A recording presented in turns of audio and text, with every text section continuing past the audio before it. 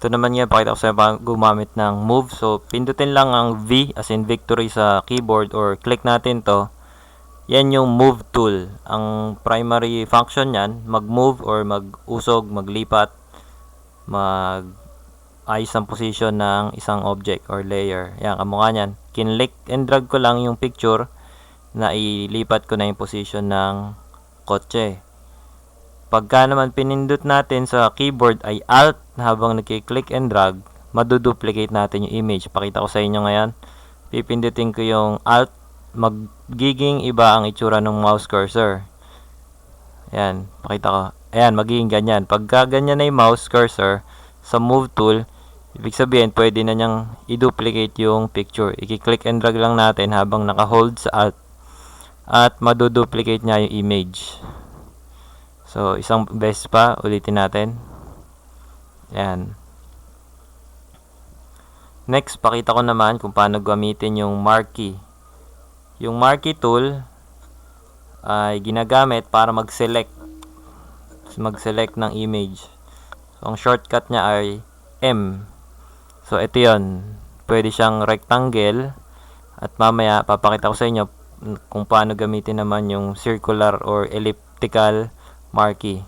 Ito yung rectangular marquee. Kiklik and drag nyo lang kung ano yung gusto nyo i-select at masiselect nyo na gamit ang marquee tool. Ayan. Kung gusto nyo yung ma-cut, pipindutin nyo lang yung control. At ngayon, papakita ko muna kung paano galawin yung selection. So, halimbawa ngayon, nakagawa na tayo ng selection. I-transform selection natin. Right-click lang, then transform selection. Pwede na nating galawin yung selection. Halimbawa, gusto nating patagilid, i-select yung kotse, pero hindi natin ginagalaw yung kotse. Tinagilid natin yung yung selection lang gamit yung transform selection. Ngayon naman, habang nakaselect, kinopy-paste natin siya. At ito, iusog lang natin gamit yung move tool dahil na-copy-paste na natin siya. Ayan, so lagay mo natin dyan sa baba. Ayan, burahin lang natin to. At ito, burahin na rin natin.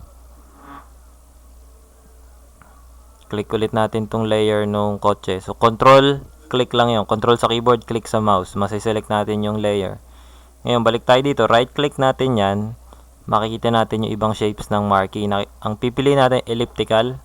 So, magiging parang circle or circular yung itsura niya. Highlight natin tong kotse. Ayan.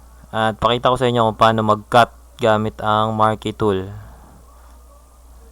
So, ayan. Dinrag lang natin. Pindutin natin sa keyboard ang control at magiging gunting yung itsura nung marquee mouse cursor. Ayan. Pwede natin i-drag papunta sa ibang lugar.